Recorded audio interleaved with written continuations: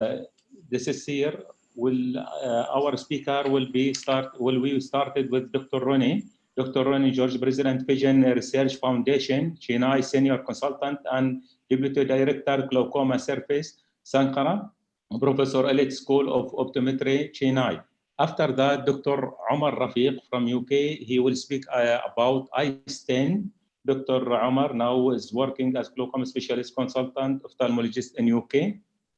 After that, Dr. Basil Qaddura, he will speak about Kahoot Valley Blade. Dr. Basil is specialist ophthalmologist, working eye clinic, Odivalla Hospital, Sweden.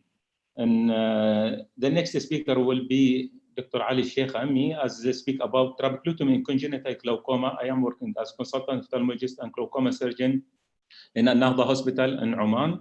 After that, our guest speaker, Dr. Zainab Akhtas, he will speak about that. Dr. Zainab, Associate Professor, Ghazi University School of Medicine, Department of Ophthalmology, Ankara, Turkey. And after the last, but not the least, Dr. Mahmoud Khiyami, he will speak about eye track. Dr. Mahmoud, Clinical Professor Director of Glaucoma Fellowship, Dean McKean, Eye Institute, University of Oklahoma. Also now another speaker, Dr. Basir, he will speak about, there is the session yesterday, which stent or tube do you prefer? Do you want to join? This is here I prefer to try a new tube. He will speak with Dr. Basir at the end of this session. Welcome of all. Now we started. Please share a screen, Dr. Ronnie.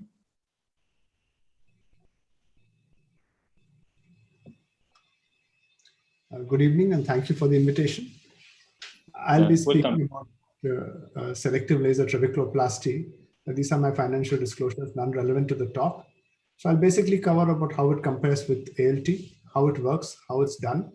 And I'll spend some time talking about the current evidence regarding its efficacy in different situations compared to medication in POAG, in angle closure, and in a real world situation.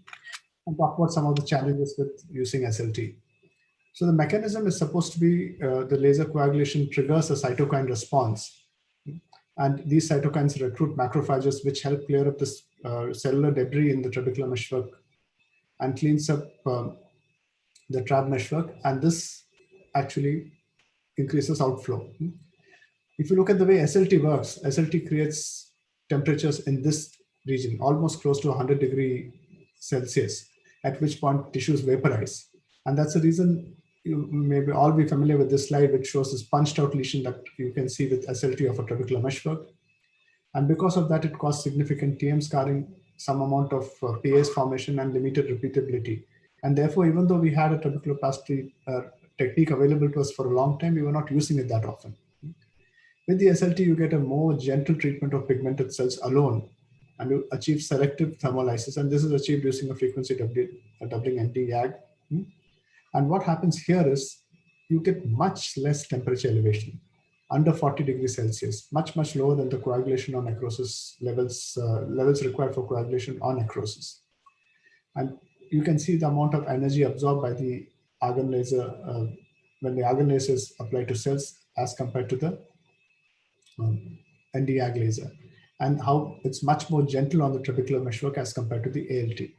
So when you compare them, this is achieved by using a much larger spot size, lower energy, much lower pulse durations, and that results in much less energy delivered with the SLT. And that's how the spot size compares. We need to use a gonio lens, and this is a retina lens, which is what we use, which has got this little white marker there, which helps you to know where in the angle you are. And the laser settings, the spot size and duration are fixed. Use an energy starting with 0.7 and titrate it upwards. You require low energies for more pigmented trabecular meshworks, and you typically treat 90 to 360 degrees. So let me see if this video works. And yeah, so what you're seeing there is the spot size and the laser is being applied. You may not be able to see the small champagne bubbles, which are an endpoint. And at that point, you can try and reduce the energy a little bit more and move on. So you always start with the upper angle first so that the bubbles don't block your view.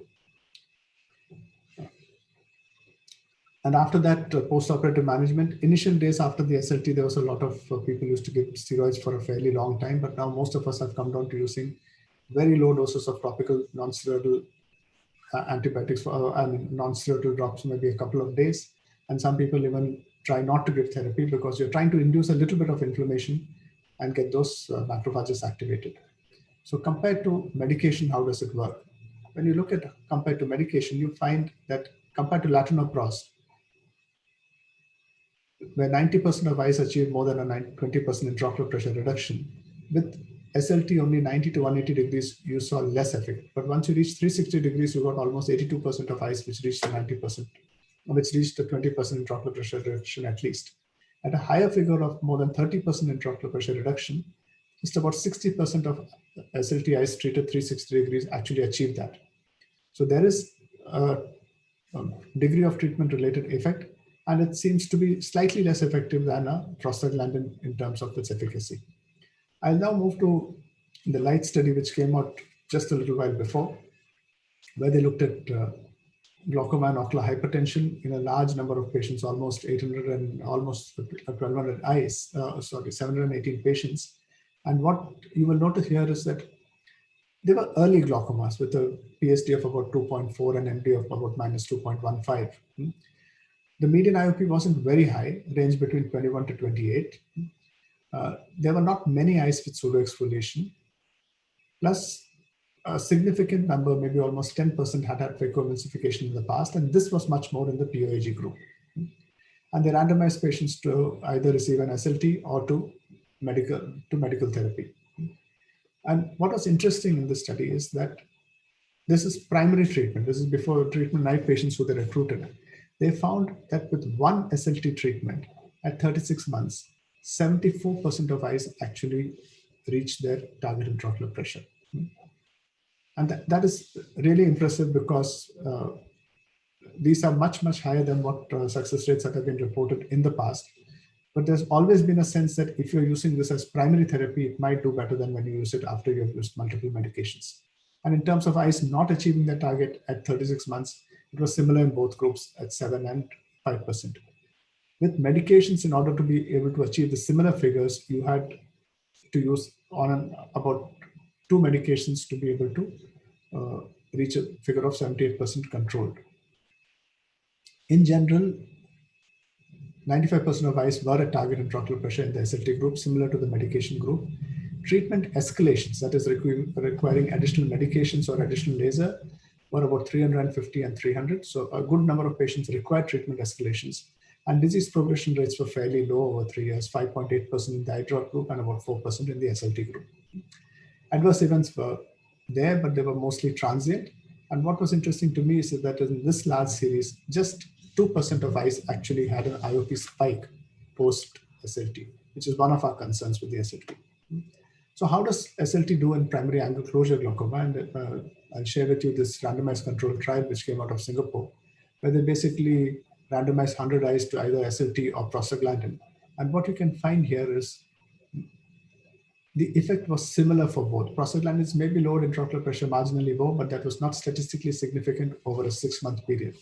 So SLT provided post-YAG capsulotomy, post-YAG laser hydrotomy with an open angle, provided similar IOP loadings as a prostaglandin.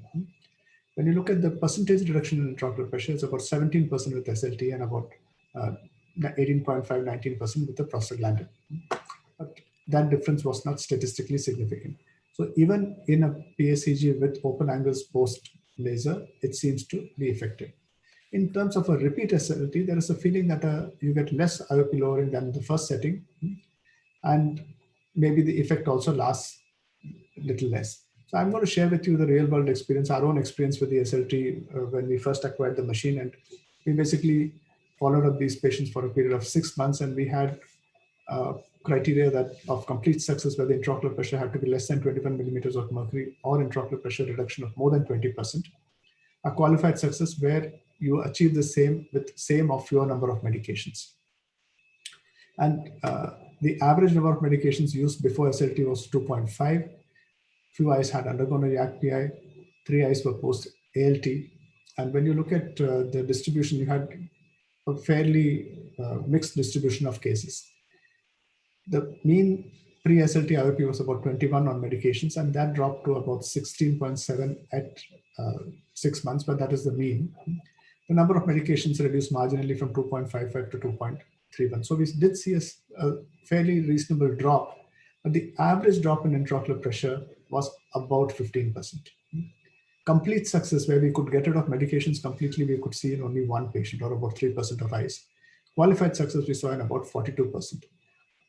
What was interesting here is many of these eyes were anyway planned for a trabeculectomy, and we could avoid doing that in a number of these eyes. And about 14% of these eyes were on systemic acetazolamide at the time of surgery.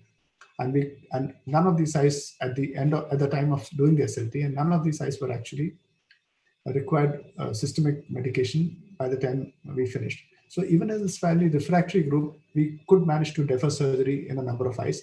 And our experience in refractive disease is similar to what has been reported by other people, with about 17 to 20% intraocular pressure reductions at varying time points of up to 6 months.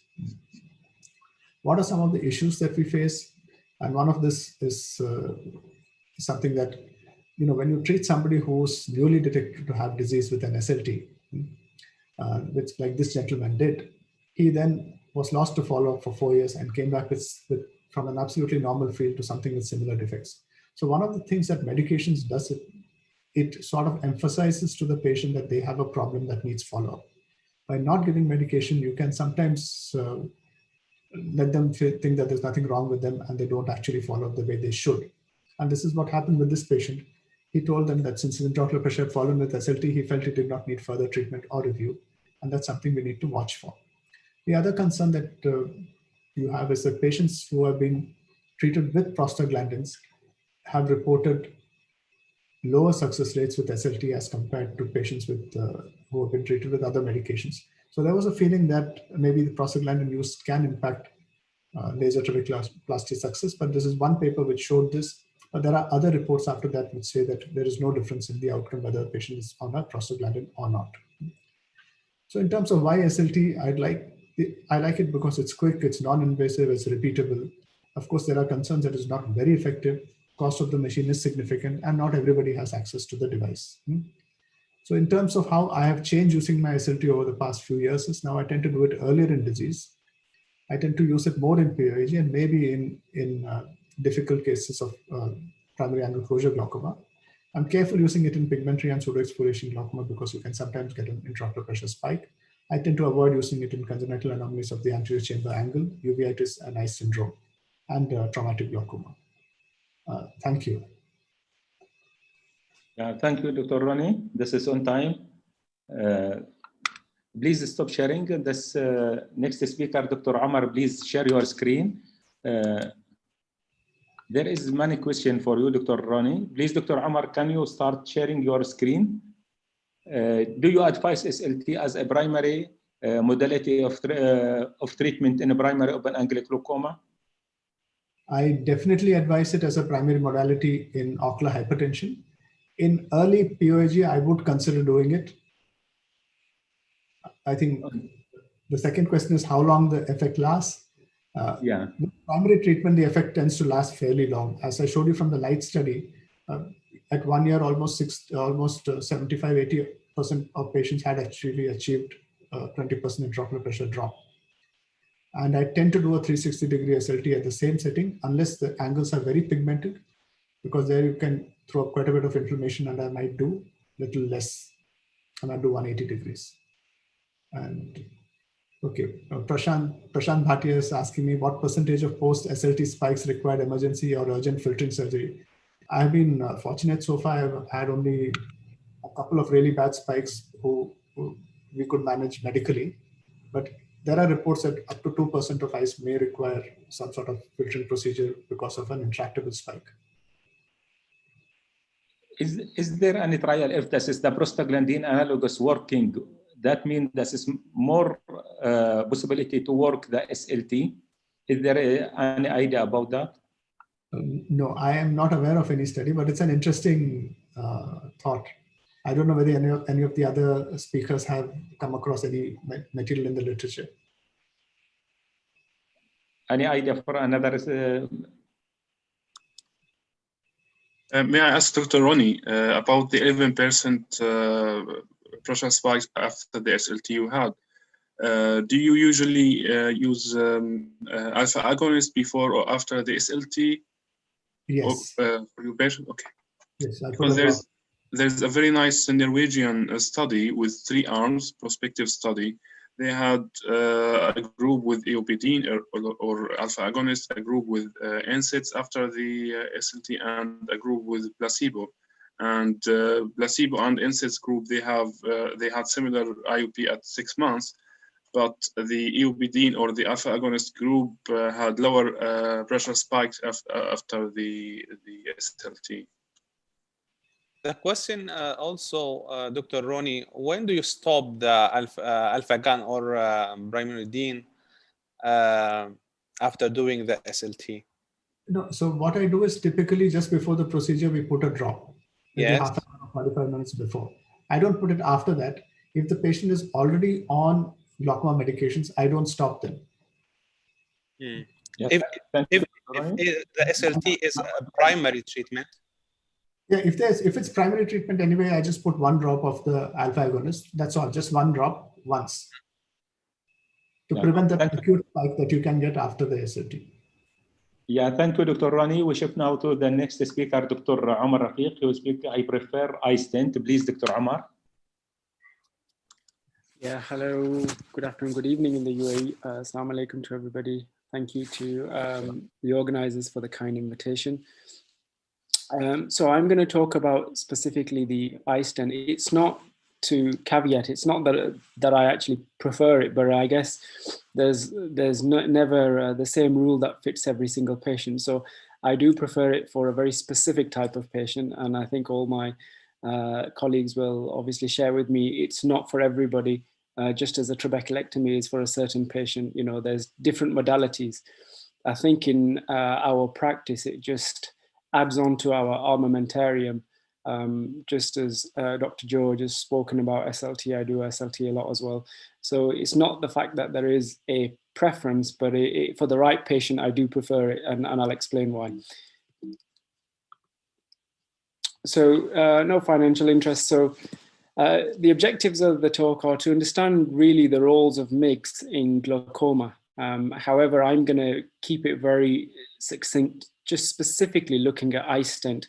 And there are a few generations of iStent now. We're on the 3rd generation, which is the latest one. So that'll be nice to kind of go through the different aspects of them. I'd like to give a better understanding to iStent specific patient selection, and talking about the generations as well.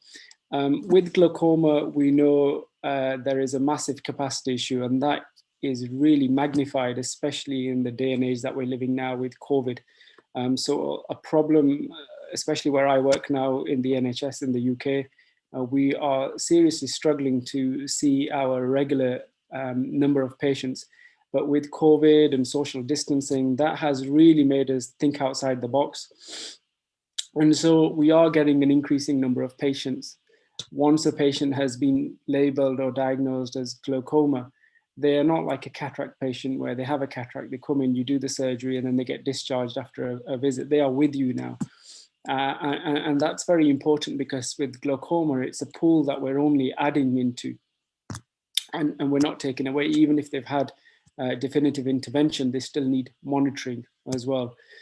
It's an aging population as people are getting healthier and living longer. And like I said, there's lifelong follow-up as well.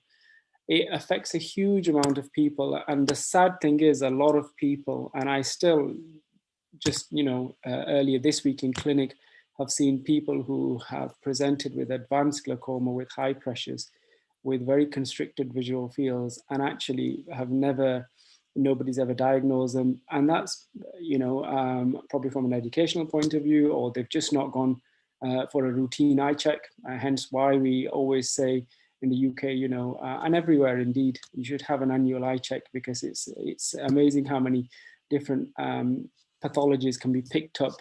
Incidentally, the patient can present asymptomatically. So that's a real challenge, and the number is obviously going to be a lot higher than this. These are conservative estimates. So with specifically with the iStent,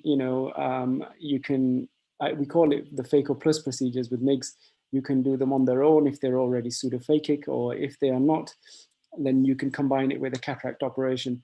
Now, that's quite different to a lot of my practice. I don't know about a lot of my colleagues, but especially where I was trained, if it's going to be, for example, a phaco DS or a phaco trab, I'm of the camp, unless I have to, I'd rather separate the procedures out. I think the success of surgery is certainly better, and it has been demonstrated. I think in my hands, I prefer to do the cataract separate and the drainage procedure separately. But with the eye stent or the MIGS, it's a completely different ballgame. So I think that's another nice thing as well. You're combining the procedures, especially with cataract surgery. With an eye stent, you're probably adding on a couple of minutes. And that's even with the first generation eye stent that is now phased out, but that was more trickier. And we'll talk about this in a moment. So there are different MIGs, and I'm not going to labor the point. Some address inflow, some address outflow. And essentially, they work by draining aqueous into the Schlemm's canal and also the potential suprachoroidal space. And this is kind of a nice dual approach with the eye stent. So why MIGs? You know, why specifically are we as a glaucoma fraternity looking for something that is, by its simple name, minimally invasive glaucoma surgery? I don't know about a lot of my colleagues, but especially if I've done a drain, you can do a beautiful trabeculectomy, and the next day the patient can have pressure in the very, kind of very low with hypotony and choroidals. And then you can do another procedure where you think that didn't go too well, and the patient's doing fine. So it is very unpredictable in the early stages. And hence when part of my consent process is I make sure that the patient has a proper understanding of what is about to happen, because these are procedures that patients can lose vision. I think earlier on yesterday there was a talk, and we were talking about, somebody was mentioning there's around about a 20% drop in vision. These are significant numbers we're talking about when you're adding in a drainage surgery. When I'm doing an eye stent, I don't really lose any sleep over it. For me, it's something that I'm very comfortable with now in my practice. Of course, it's a different cohort of patient. You're going to get them earlier. Now, it's still very important to remember that this is not going to replace, if a patient is going to need releasable sutures, augmented mitomycin C trabeculectomy, that is the gold standard if you want the pressures very low, for certain patients. So this is not going to replace that. However, as we've touched on for SFT, you can get to patients quicker and earlier on in the disease process, and then you may delay that, or there are other technologies coming on that some of my colleagues will touch on as well. So what's the kind of era that we're facing now? Essentially, by its name, it gives it away. It is minimally invasive. If I was a patient, I'd want something far less invasive than a trabeculectomy, even though we know trabeculectomies have been done for decades and they do work. It is also very cost effective. There's a lower rate of complications. You follow up the patients very little now compared to your trabeculectomies. I don't know about my colleagues, but my trab patients, my secretary knows that once I've done a trab, I need to see them the next day, the next week, month 1, month 3. That's the very minimum. That's if all goes to plan. So these are all very kind of labor intensive. Doing the procedures, sometimes I tell the patient relatively the easy part. It's the post-operative management that you have to really watch them like a hawk. There's, it's faster to perform. There's not a big learning curve for the surgeon. I guess if you're an angle surgeon and you're very experienced with gonioscopies and you know your anatomy. But once again, I think with any procedure, patient selection is key. When I first started many years ago doing these mixed procedures, I was very careful in terms of the patients I was selecting, but as my confidence builds, and this is the advice I've given to junior colleagues, and this is the advice that was given to me. And as you get more experience, you will take on the more challenging cases as well. Then you can put them in on the eyes and a different cohort of patients. But my advice to anybody starting off in their journey of the eye stent or any MIGS, pick your patients very, very carefully. Okay. So there's different options. There's phaco trab, phaco DS, phacocorneosynovitis. You combine it with an eye stent. There's trabectome, ECP, the Zen. There's some other ones coming in.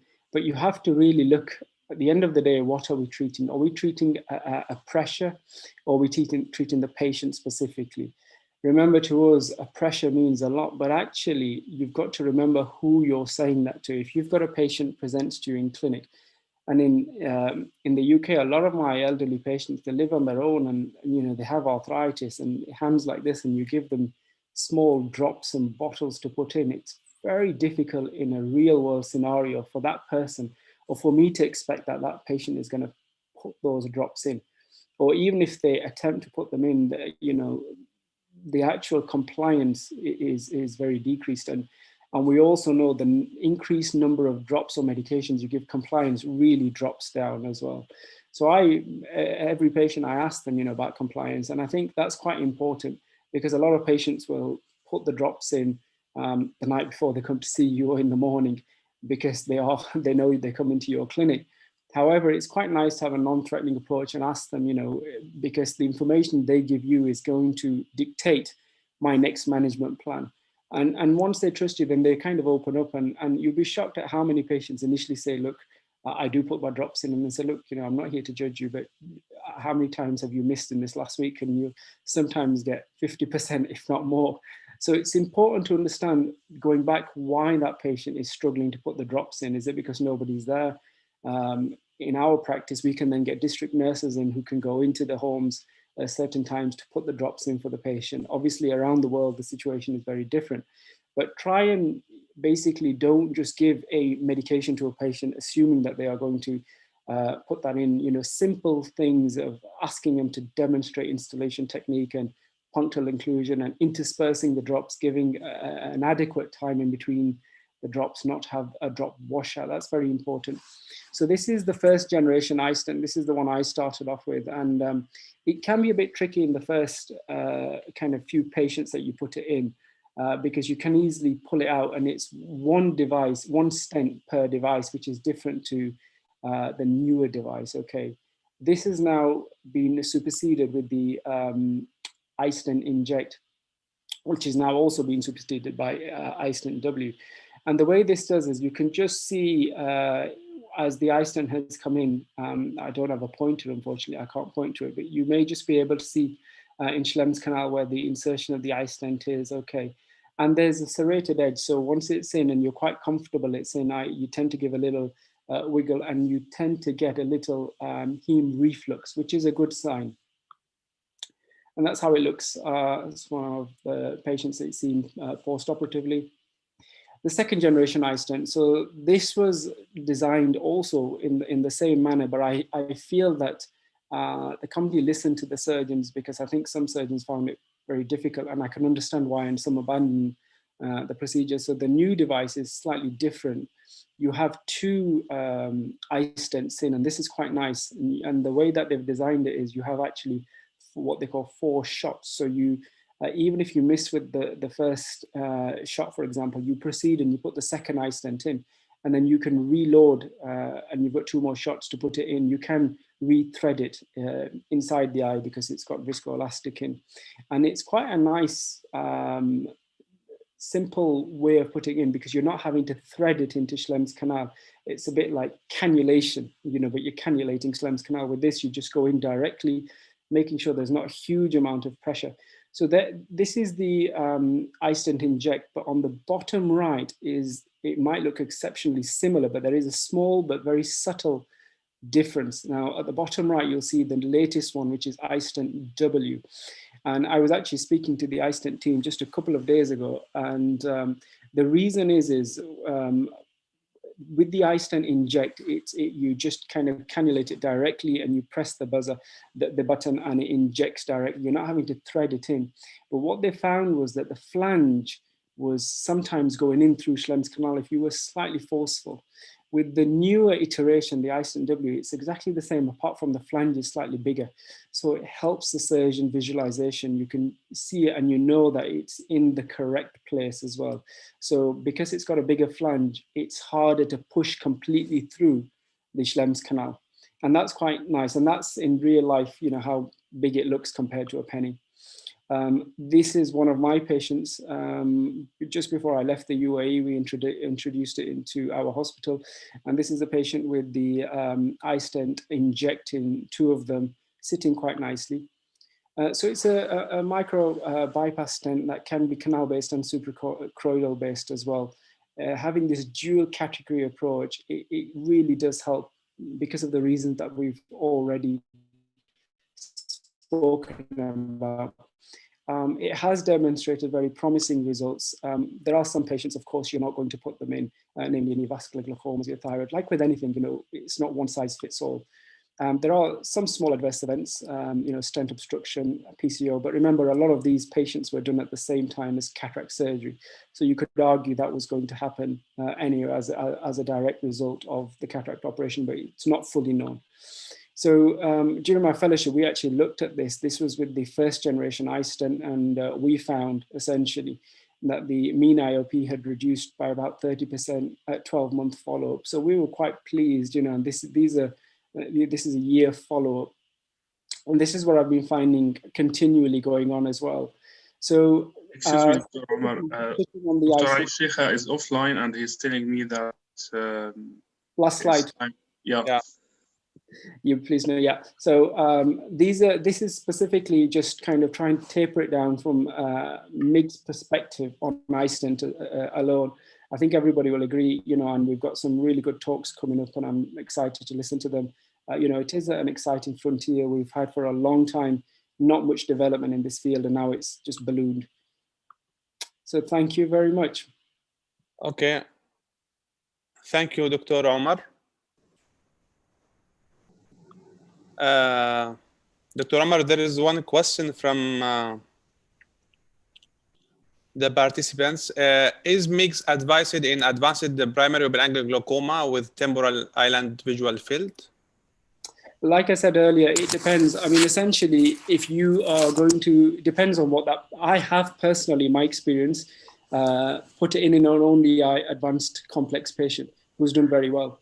But once again, that's with a patient who knew exactly what he wanted. He'd lost his vision in the other eye from a trabeculectomy, a drainage procedure, and he was adamant he didn't want a drainage procedure. So they are very extreme cases. So I did a phaco eye stent with him, and he's doing well. He's still on medication. But on the whole, no, if you want pressures very low and you think it's threatening fixation, then you really are heading for drainage surgery. So the gold standard, if they've already had trabeculectomy, then you're going to go for a tube. But if not, then I would still always say it does not replace. There is always a need at this moment in time for a drainage surgery, and the gold standard, even with Zen, I think one of my colleagues may or may not talk about it, but at this moment in time, there's still a need for trabeculectomy, unfortunately. Okay, thank you, Dr. Omar. Now, Dr. Basil Kadura will talk about the Cahook dual blade. Yes, can you see my screen? Yes. Yes, can you see the laser pointer? No? No. Okay, fine. Yes.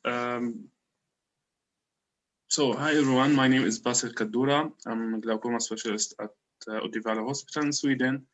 The second part of this talk is given to me by my colleague and mentor, Dr. Valent, who works with me at the same hospital. I have no financial disclosures, and the objective of this talk is to learn the indications and maybe contraindications of KDP, learn different techniques of KDP, intra and post-operative tips. I'll show an alternative in the developing countries. I know that Dr. Zainab is going to talk about the suture guards, which also is an alternative, but I mean alternative to the KDP. And I'm showing our result in our clinic. So how the idea of KDP came? Essentially, it's the first came from the work of Barkan in last century with the incisional goniotomy, especially those kids or pediatric groups. But in the adult group with goniotomy, the torn leaflets may scar down over time, so the effect may diminish over time. Therefore came the idea of excisional goniotomy or goniectomy. Take a strip of the trabecal meshwork or the inner wall of Schrenk canal. Here we can see the dual blade with this foot blade, which can just be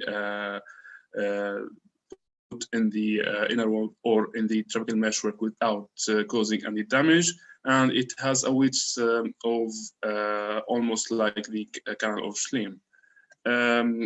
This early work of Professor Cahook, they compared the histopathology of 3 methods, namely the MVR blade to the left and the microelectrocautery in the middle and KDB in the right. You can see that with the MVR bleed, it's causing a lot of damage to the surrounding tissue, including the sclera. But in the microelectrocautery, it wasn't so much damage to the sclera, but it was non-complete removal of the TM with leaflets here, which may cause inflammation and fibrosis. But with the KDB was smoother, almost complete removal of the TM. What about techniques and the operation? I think the best to show the operation of Professor Cahook himself doing the operation. It's speeded up a little time for the time's sake. You can see it's like cataract surgery with the viscoelastic, and then we zoom or focus to the trabecal meshwork, come with the dual blade, and we start with a side. It's one of the techniques, and come along from the other side to take a strip of the TM. And thereafter, we can just remove it with the forceps, and we are sure that from oozing that it's all right with the operation coming oozing from the collector channels. What about the techniques? The first one is inside out. We start in the middle and go to one side, and in the middle again, and go to the other side. This is the first technique. The second technique is called mark and meet technique. We mark at the one side, and then start with the other side 3-4 hours and come and meet it to take a strip of TM. The third technique, outside in technique, we start from the one side here and the other side to the middle, here, the other side as well, and we take part the TM leaflet. Who are good candidates for KDB? As Dr. Omar Rafiq has said, you must just consider the cooperative patient selections, good gonio view. I do advise to do a lot of gonioscopy in the clinic first, and then maybe on the routine cataract cases, in the cases to get used to the tilting of the microscope and patient's head. Do choose in the beginning early to moderate primary open angle glaucoma. After maybe when you gain a little bit experience, you can start with the advanced form. Also, certain types of secondary open angle glaucoma like PEX, pigmentary, and steroid responders. And when you gain experience, you can take also some angle closures. Relative contraindications are active neovascular or uveitic glaucoma, elevated AVP, where, for example, the Serge Weber or other cases. And when you have a target pressure lower than 12, you can just overcome the EPP. Or if you have poor view of the angle because of corneal obesity.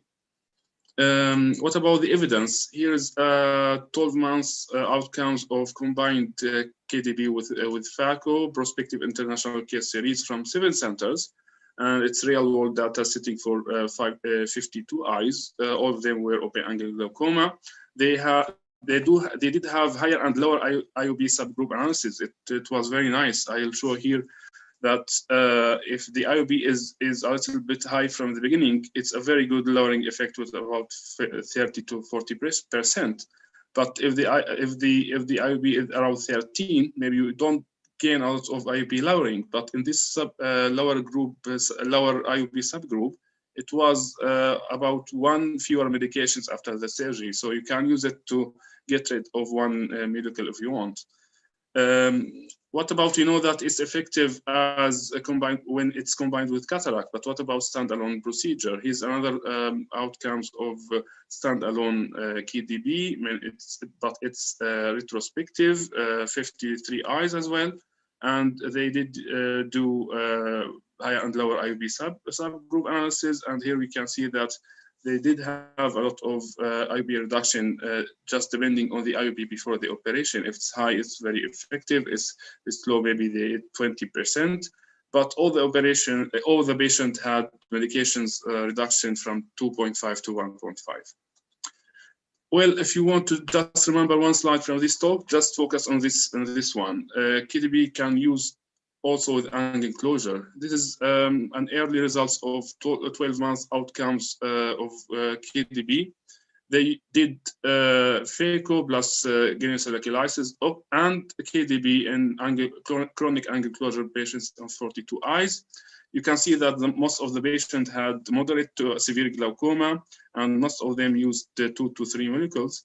But look at the results, very, very promising. But here I just want to emphasize that we need more studies to have 2 or 3 arms, maybe one arm with phaco, another phaco GSL, and third with all the 3 operations to be sure that KDB is a plus.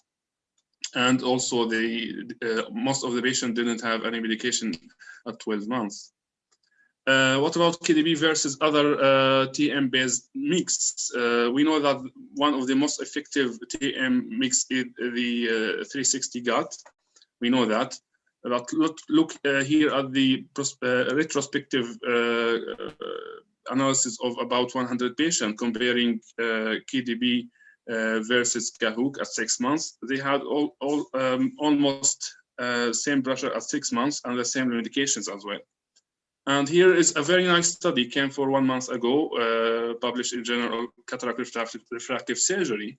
It's the second head-to-head study after the COMPARE study. We know that they compared iStent versus Hydros.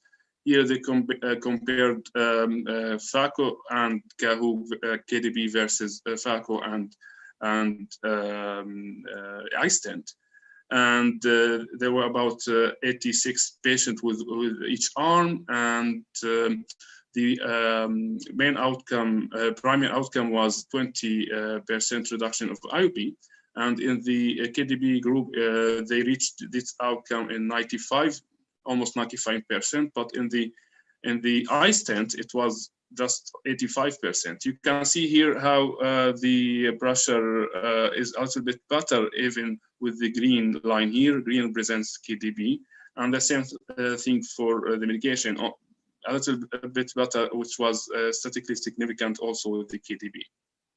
So if you don't have access to the device, or if the patient can't afford it, the health system can't afford it, this is a very nice alternative of Dr. Asham Shibani. It's called BANG, bent up internal needle goniotomy, and he's taking hypodermic needle 1.5 millimeter length and doing like cystitome, and then doing just like a hook and taking the TM strip. He's having a very good results. So this can be an alternative to the KDB if one don't have the access, but one must just try with the gonioscopy out before doing it. What about our results in our hospital? We just started with this 3 years ago, and we have done more than 200 operations, and we do it like to lower the eye pressure if we see any progression in the visual field or the cap to disc ratio, but we don't do it as phaco plus or phaco mix procedure indeed. We just take regular controls like the cataract, 1 day, 1 week, 1 month, etc. And we give intracameral antibiotic and NSAIDs after the operation for 4 weeks. We just add dexamethasone eye drops just in case of level of hyphema, otherwise no steroids. We don't use pilocarpine routinely post-op, and we don't stop anticoagulation medication for patients. We included 50 patients in this analysis, and we excluded a lot of them because of other causes. Most of our patients had pex glaucoma. Some of them had normal tension glaucoma and ocular hypertension, among others. 60% were standalone and 40 were combined procedure with phaco. And you can see that we have almost similar pressure reduction as the published data with 24 months control.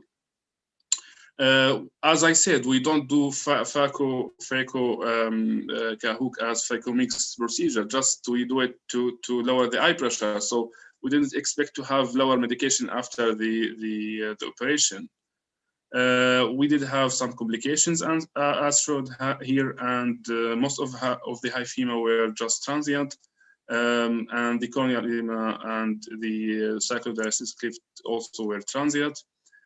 We did have a lot of pressure spikes in the combined procedures, and we did think this is because of we have a lot of PEX patients, and that depends on our way of considering the pressure spike. We did consider pressure spike even if the pressure was 1 millimeter mercury higher than the pre-op assessment. But in the other studies, the percent was about 4 to 10%, but they consider pressure spiked only if the IOP is 10 millimeter mercury higher than pre-op assessment. Here's a very nice video of my colleague, Dr. Valent, and he's showing the outflow passage after the Cahook. Look here at the visits here, the collector channels, how the very nice passage of the aqueous, which is a very confirming sign that it works. Here another nice video, day 1 post-op, oozing from the collector channels, very nice confirming sign as well.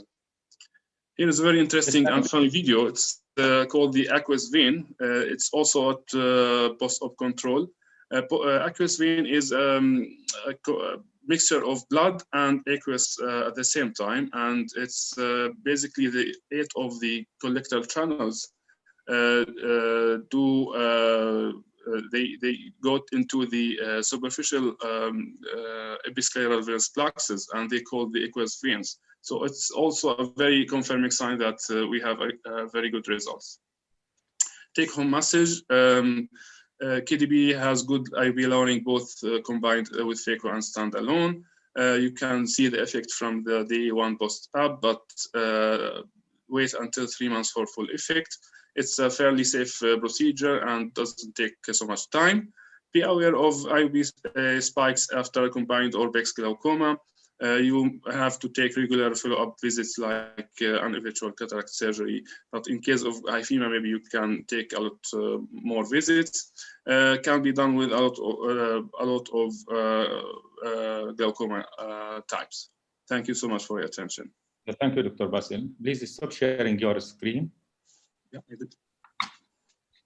I have a couple of questions.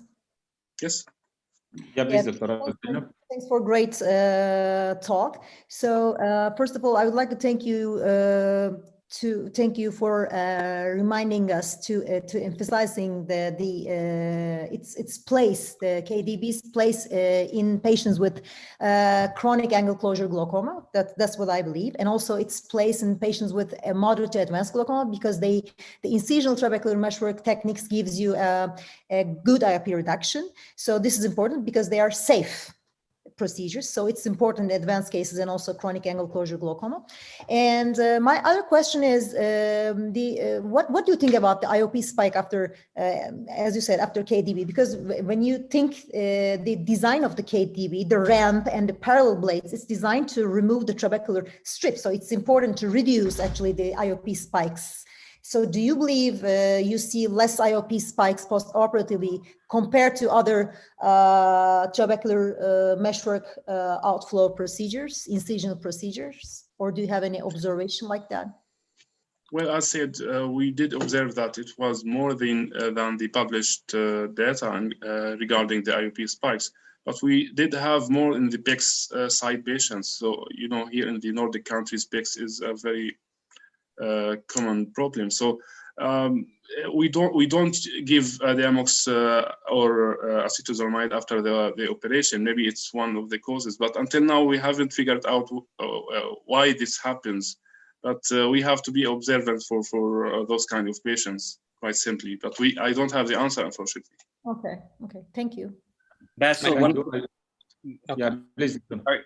Basil, one quick question. What do you put the patients on post-operatively? What kind of steroid do you use and how often? I don't use steroid. It's just NSAIDs post-operatively. But if we have hyphema level, we give him steroid. We know that it's very inflammatory. So we just put it as the routine cataract case, NSAIDs post the operation, about 3 to 4 weeks. That's it. Also, I have one question, Dr. Basil, regarding to the hyphemia. It is the most common complication of this procedure.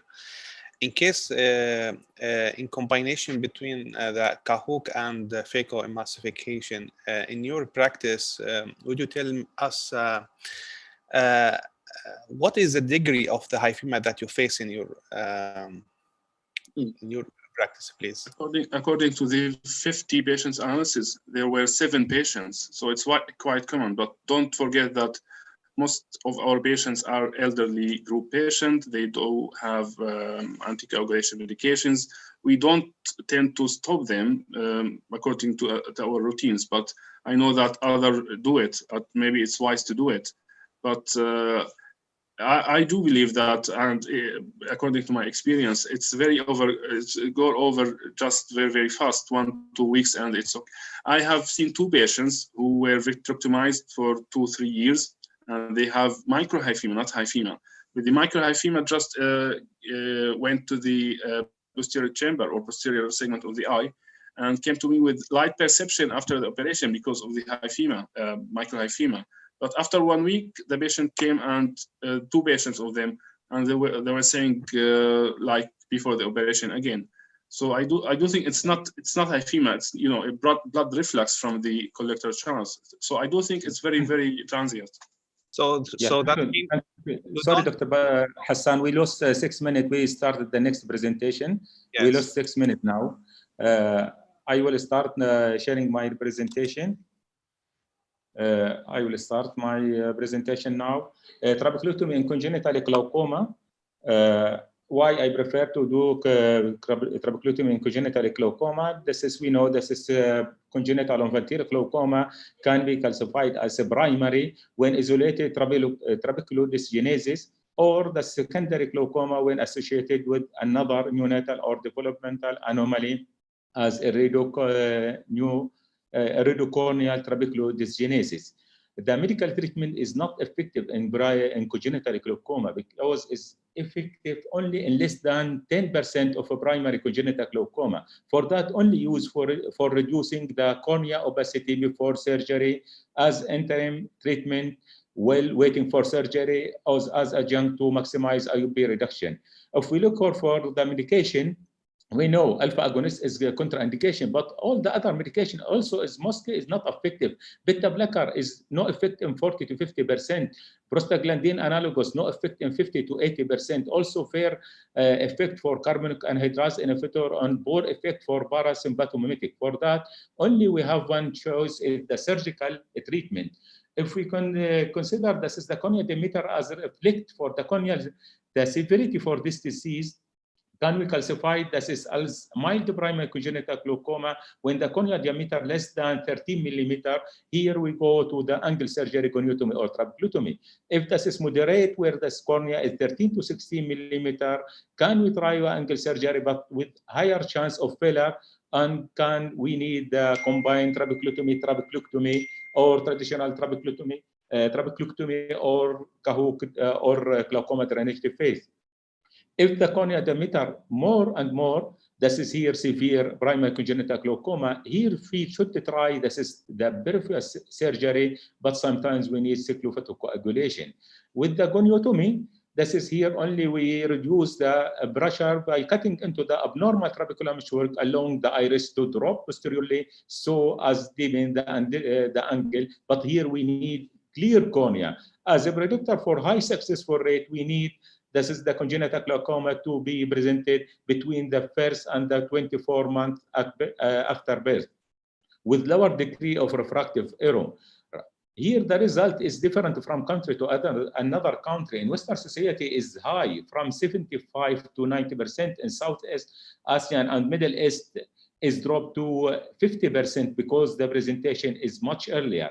If the presentation before the first month, the successful rate of goniotomy dropped to 25%.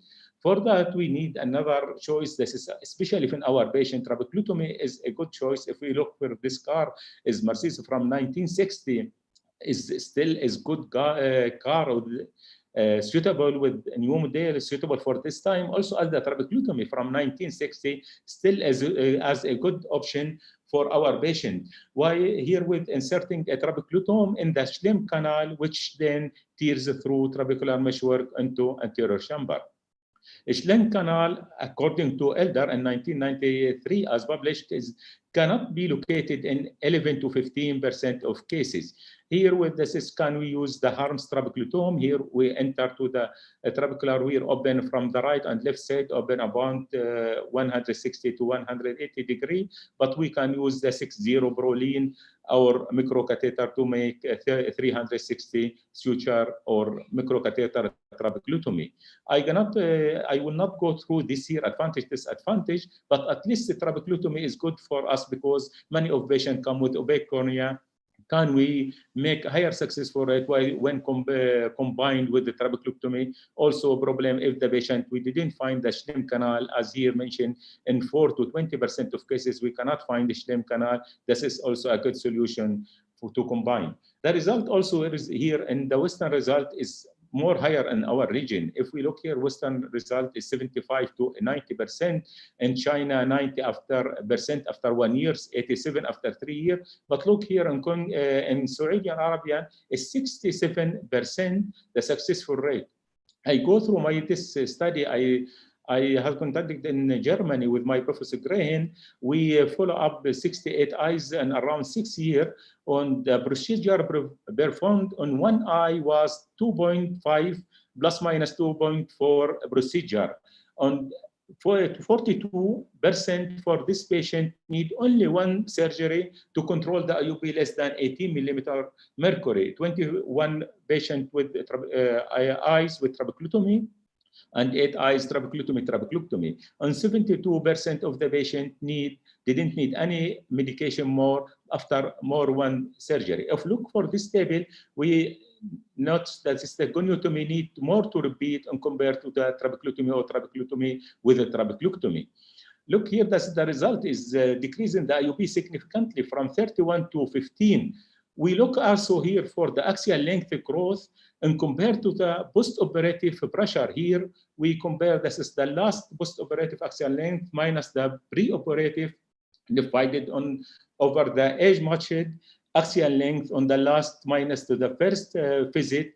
And here, if the result is 1, that means the axial length for the patient go and growth parallel to the age-matched group. But if this is from 0 to 1, that's still growth, but less than age-matched group. But if this is less than 0, that means is a stop increasing the axial length. And this is here the advantage. If we're looking for this group, here 11 patients, we have 11 patients. All these patients have post-operative pressure less than 17 millimeter mercury.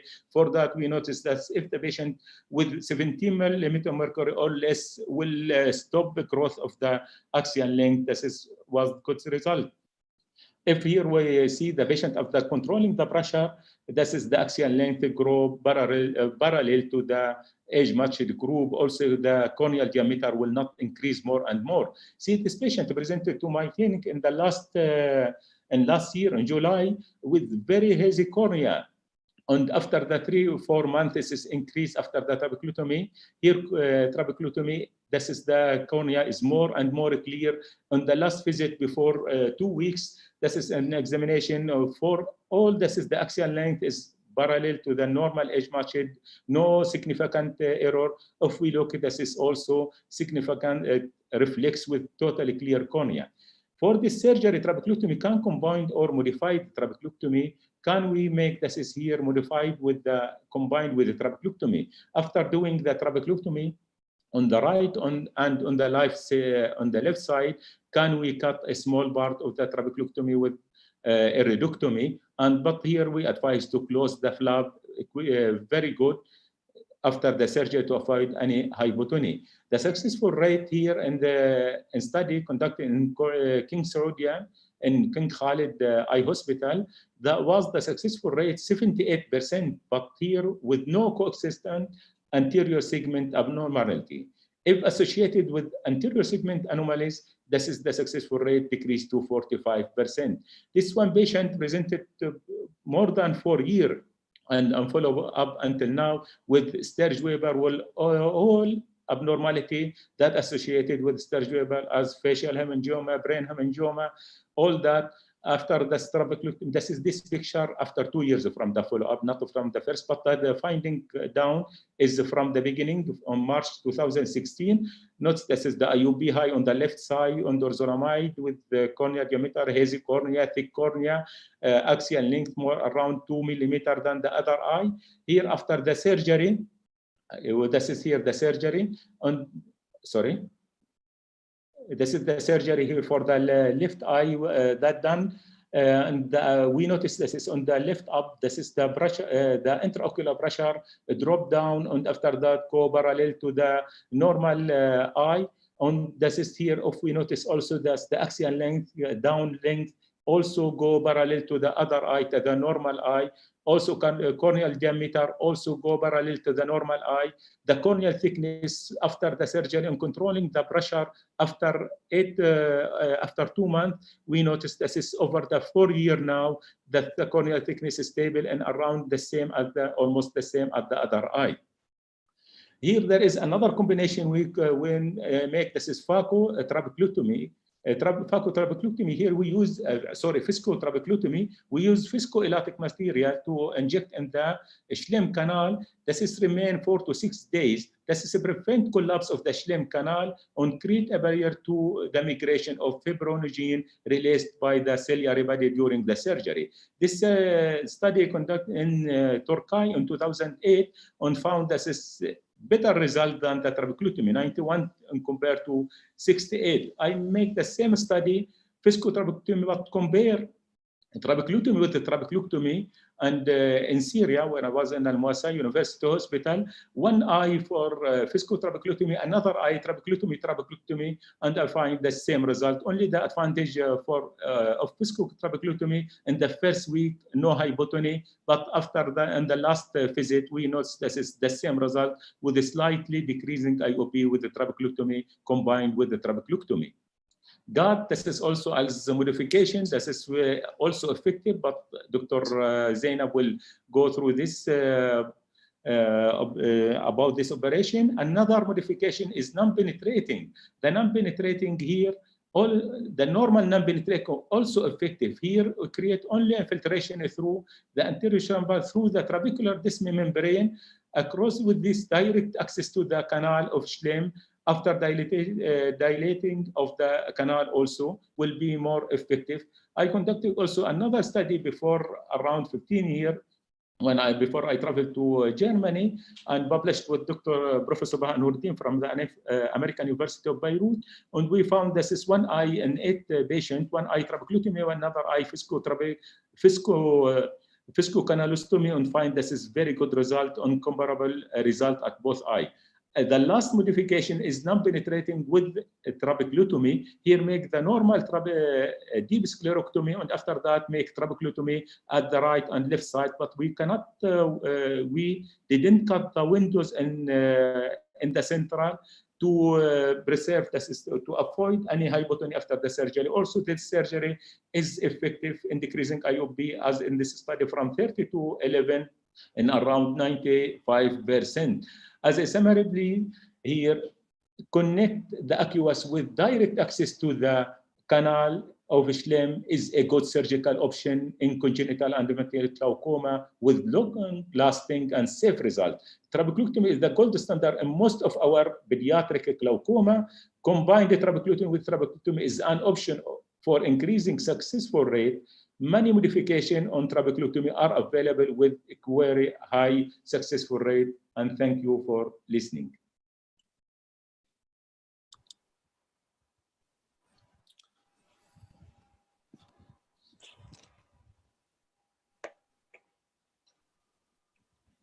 Please. Hello?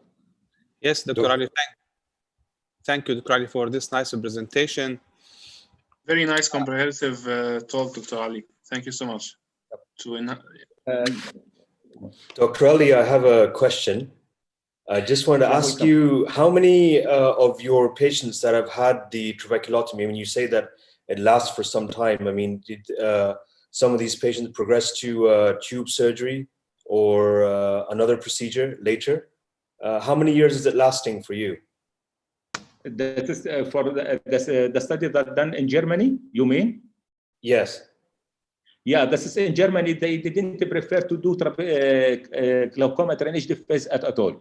After this is failed, that trabeculotomy go to the trabeculotomy. Otherwise, they go to the cyclophotocoagulation. They didn't prefer to go to glaucoma drainage device. But here, from my experience here in Arabic country, I prefer to do a trabeculotomy with combined trabeculotomy, but I do here the trabeculotomy. I close the trabeculotomy significant with realizable suture and with 2 fixed suture to avoid any hypotony, and I am waiting the result of trabeculotomy. If trabeculotomy decrease the pressure and avoid any bleed, this will be very good result. We didn't need to open and remove the realizable suture. If this operation after follow-up failed, I go now directly to glaucoma drainage device.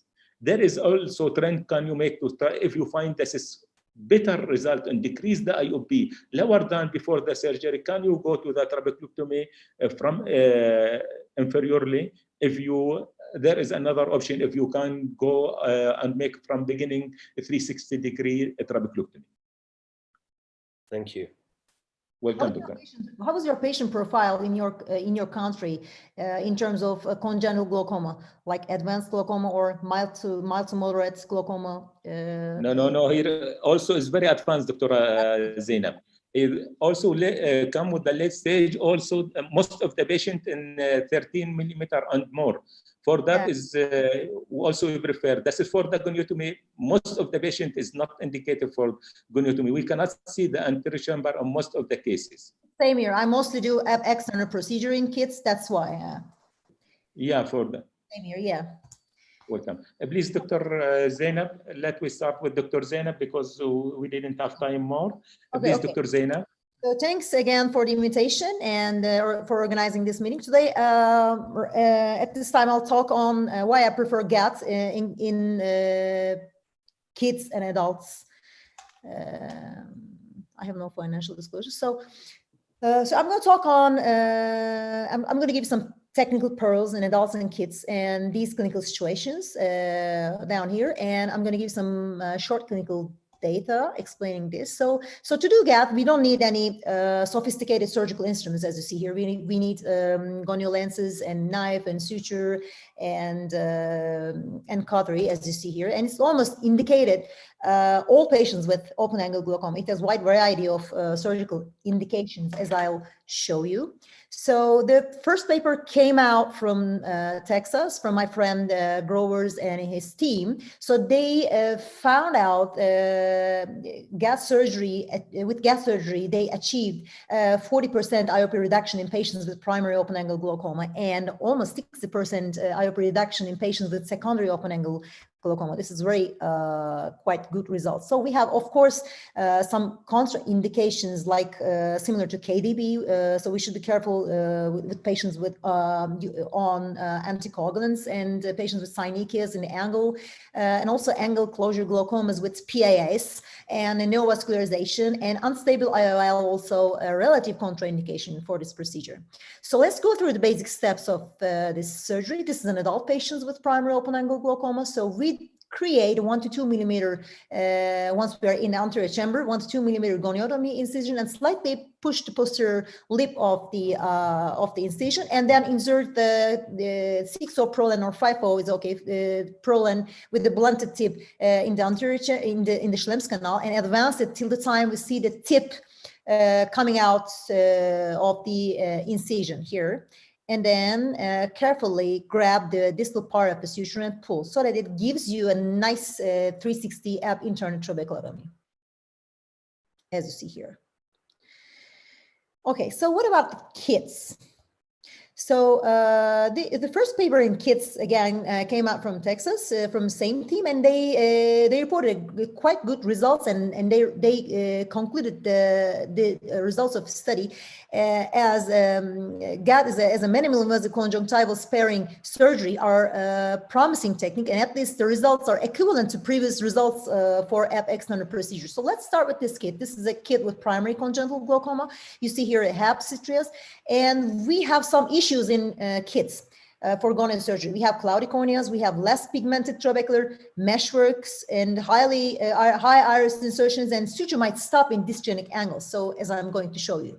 So here in this patient, you see these difficulties.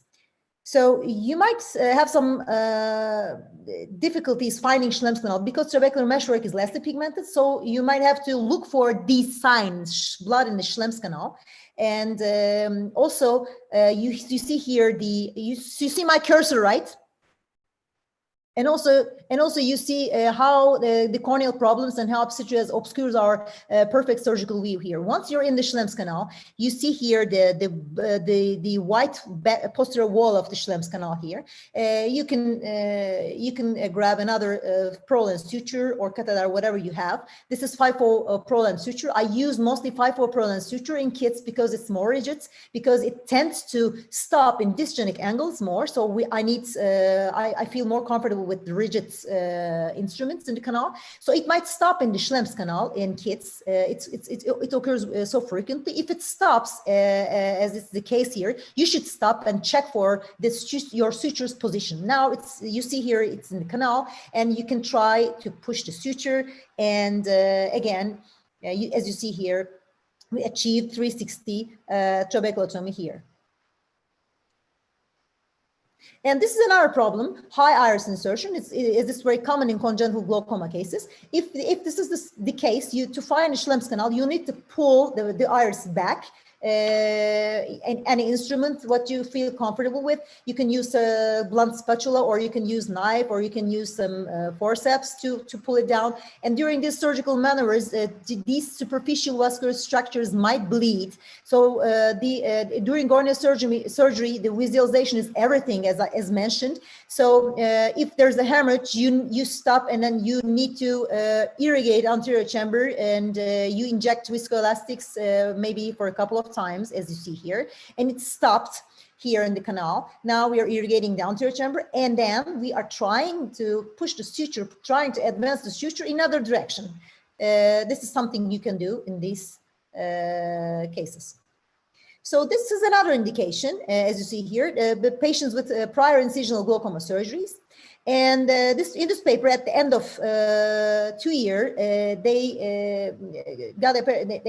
they found it successful in treating almost 70% of all angle closure glaucoma patients with prior incisional glaucoma surgery. So this is another case example, 8-year-old boy with primary congenital glaucoma with a history of 2 traps, as you see here, and referred to our center for tube surgery. And this is what we did in this case. We checked the angle, and as you see here in the superior quadrant, we have some synechias, but in the inferior quadrant, there is nothing. It looks totally untouched, and it looks totally normal, so that we go ahead and do GAT surgery in the rest of the angle. This is what you can do to avoid surgery. It's better to put the tube in a kids.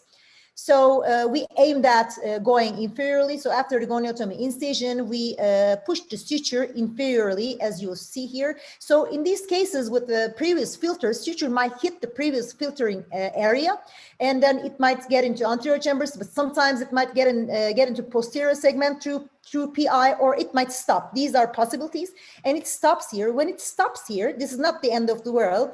I mean, when it stops, you can push the suture just a little bit to have it get stuck in the Schlemm's canal, and then take the advantage of it, pull the posterior part of the suture. You don't need to grab the distal part of the suture to get a nice goniotomy. And as you see here, we are pulling the posterior part of the suture and having a nice inferior goniotomy here. This is what you can do. And now this patient is going great. At the end of first year, you see here the post-operative second day appearance of the case.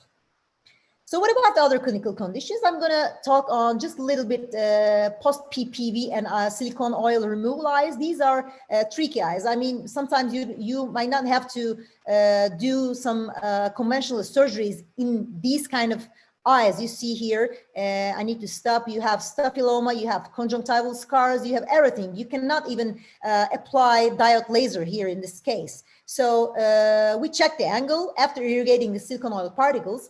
Angle looks okay here, and then we go ahead and do GAT surgery in this case. So GAT gives you another option here in this case, another step.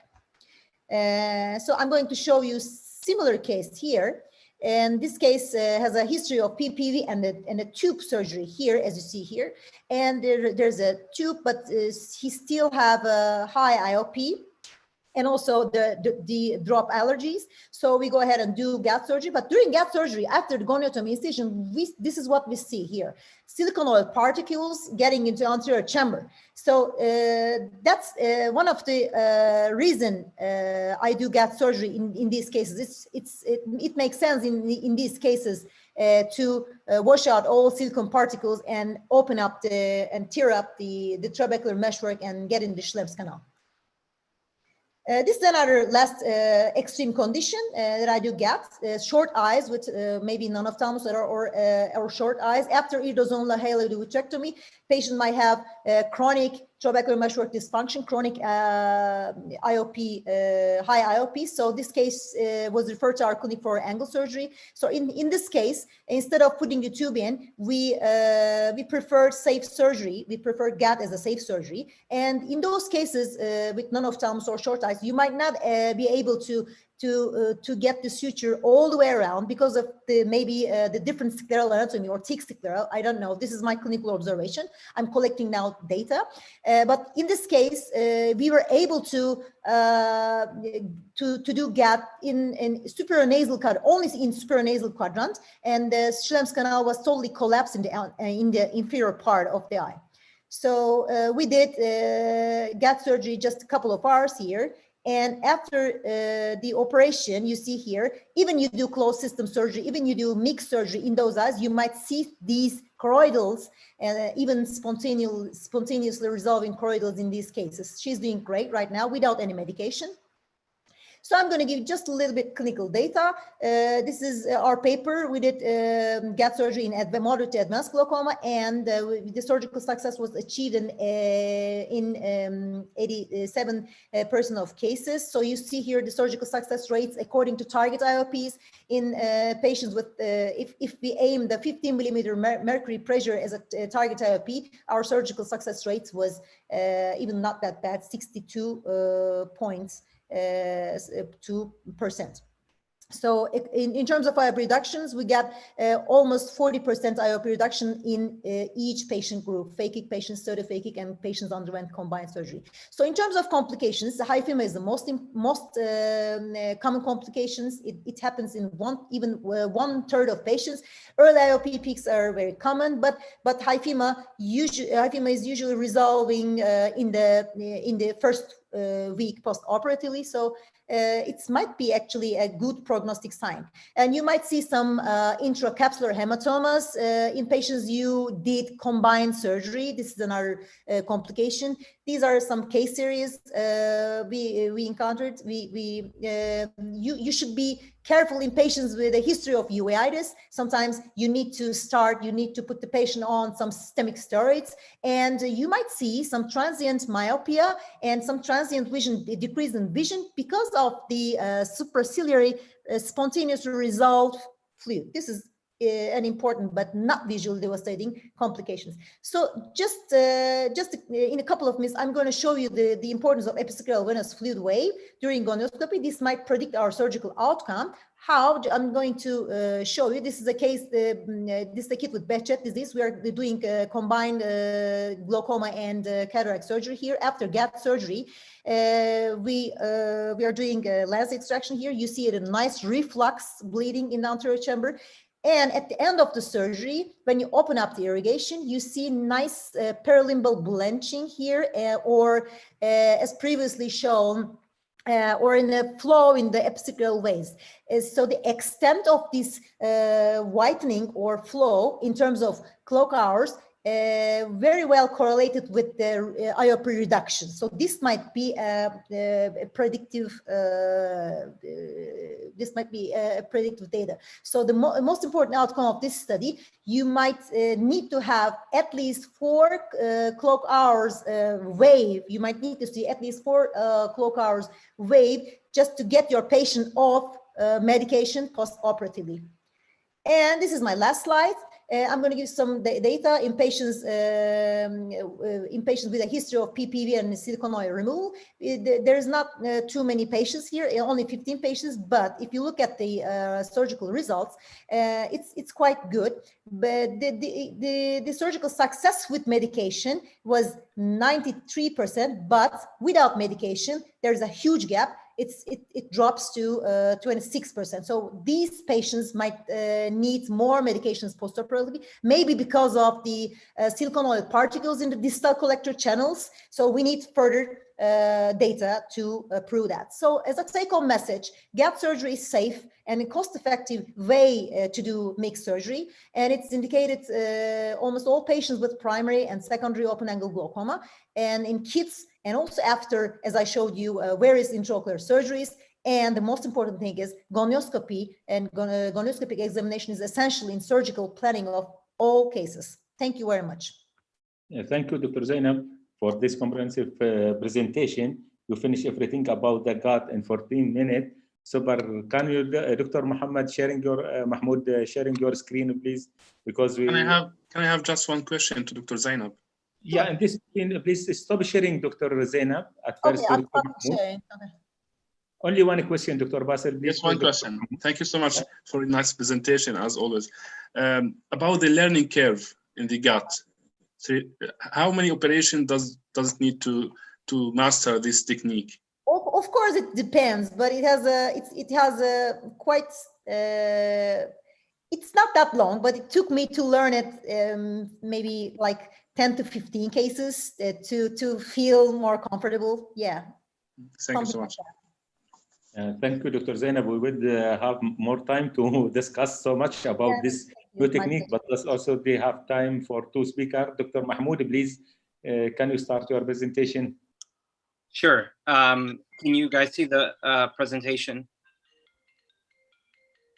I'm assuming you can see the presentation. So, so today I'll talk about eye tract canal-based surgery, and basically this is performed via both ab internal and ab external approaches, and it's been shown to increase the aqueous outflow through the conventional outflow pathway. We've already talked about that with several of the talks that occurred prior to mine that were really well executed. So we're talking about the trabecular meshwork, Schlemm's canal, and distal collector channels to deliver sustained reduction in IOP, and of course, medication burden also. Now, the genesis for the ab internal procedure was when we looked at my large case series for traditional canaloplasty, that's the ab external approach with the eye tract catheter, we noticed that there was a subset of patients that had no suture. So we weren't able to get around the whole way. And after 3 years, these patients only had viscodilation, and they actually did really well from an IOP standpoint, as well as a medication burden standpoint. And we were able to reduce the medication by quite a bit. So at the time, the iStent had just come out, and we were familiar with ab internal procedures. And so I'm trying to get my, sorry, I'm having difficulty moving forward here.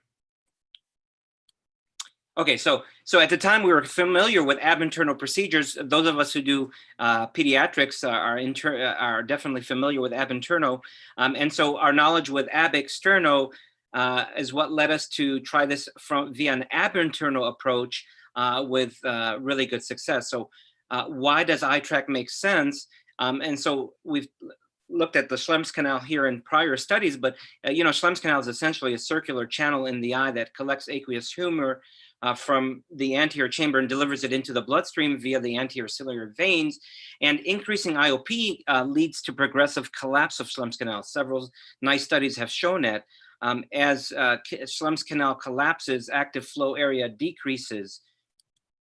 So, here we take a look at the distal outflow system, and you can see Schlemm's canal right here with distal collector channels that then drain into the intrascleral venous plexus and off into the aqueous veins, draining to episcleral veins. Some very nice work done by Professor Gong that really showed that there were significantly more herniations in collector channel ossia in open angle glaucoma eyes as compared to normal eyes. And so this is a study that showed that you had trabecular meshwork herniated into canal and also blocking collector channels. Of note, in normal eyes, most of the herniations were partial, whereas in open angle glaucoma patients, half of the herniations were partial and half were actually complete herniations. So 61% of the collector channel ossia were blocked in POAG eyes as compared to 14%. And here's a pictorial here showing you in normal eyes, collector channels are open. Here's herniation into collector channels, partial herniations, and here's a complete obstructed collector channel because of herniation. And some studies have shown that with pressures as low as, believe it or not, 30, you can have these herniations occur. So viscodilation here of the canal actually leads to fractured trabecular platelets. And this was shown by a nice study by Kaufman et al. And here pre-viscodilation in the control eye, and after viscodilation, you can see the fractured trabecular platelets.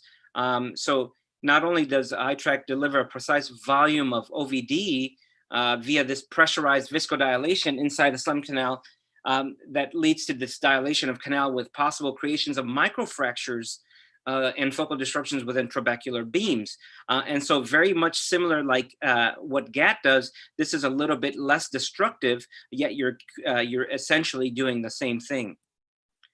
So for patient selection for ab internal canalplasty using the eye tract, obviously this is an atraumatic tissue sparing, minimally invasive glaucoma option that I definitely use for early to moderate. And in fact, sometimes we use it in severe cases, both in phakic and pseudophakic patients. One way of looking at it is if you have a patient that you need to reduce the intraocular pressure with open angle glaucoma. If they have uncontrolled, so if you have a patient that has uncontrolled IOP, with or without prior, let's say, eye stent, as was discussed a little bit earlier, or patients that are have uncontrolled pressure on 1 or 3 drops. Another way of looking at it is in your patients that you want to reduce medication burden. So basically control patients with or without prior surgery, control patients that are 1 to 3 drops, patients that are symptomatic for multiple reasons from having glaucoma drops, or maybe let's say they have dry eye syndrome. And of course, your non-compliant patients, and all of us that deal with glaucoma know how much of an issue this is. The biggest thing that I want to also mention is, active patients, young patients. In fact, not just young patients anymore, patients in general. The ability to preserve quality of life is a huge factor that I think we're going to look more and more into, as opposed to just fixating on intraocular pressure. So what's the mechanism of action of this procedure? And that is basically there's two things here. There's a mechanical effect, and that is when you circumnavigate the eye tract microcatheter through Schlemm's canal, you get this mechanical effect, which essentially breaks the adhesions in canal. It breaks any tethering of the juxtacanalicular trabecular meshwork, and it separates herniations of the inner wall of Schlemm's canal from the outer wall. This creates focal disruptions also within the TM. You also have another effect by the viscodilation property of this procedure. And so there's a precise amount of volume that's been pressurized of viscoelastic that's delivered in Schlemm's canal, and this dilates canal. It unclogs canal, if you will, from the herniations. It also appears to dilate the distal outflow system. And I believe that there is a chemodilation effect in which once the canal is dilated, I believe that there is a cascade that's released, much like one would see in trabecular or in SLT, laser trabeculoplasty, or in in just vascular anatomy, where if the vessels are dilated, there's this maybe nitrile effect that keeps the canal dilated. The iTrack surgical system is comprised of the iTrack microcatheter, the viscoelastic injector, and the iLumen. And so the iTrack catheter here, you can see the catheter, and here's the viscoelastic injector. There's multiple properties to this device here. There's precise navigation because the tip is illuminated, and so you can see where you're at all times. And so there's no guessing here as to where you're at. You know that you're in Schlemm's canal or you're not in Schlemm's canal. The iTrack will show you that at all times. There's an internal guide wire that allows you to have stability and the rigidity needed to circumnavigate canal, even if there is somewhat obstructions or herniations in canal. And there's the viscoelastic injector, which controls how much viscoelastic is released into canal. So there's a precise delivery. And again, it's hyperpressurized. So here's a better look here. You see the lid tip, that is your navigation system at all times throughout the procedure, so you know where you're at. There's the guided wire within the catheter. And of course, this is hooked up to the viscoelastic injector. So we'll take a look at the procedure itself, and then I'll share some data. This is Mahmoud Kiyami from the Dean McGee Eye Institute, University of Oklahoma. We're going to look at iTrack ab-internal canaloplasty, known as ABIC.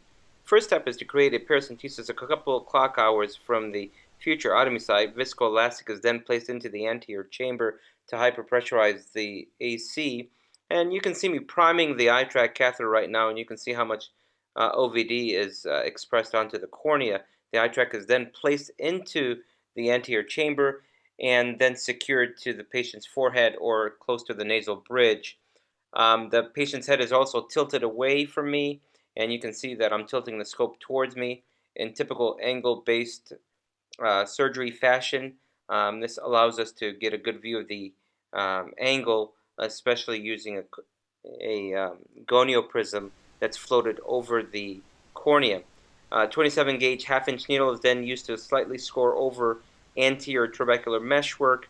And you saw how I pulled down a little bit on TM to expose Schlemm's canal, and MST forceps are then used to guide the iTrack catheter into canal, either from the external approach or internal approach, as you see there.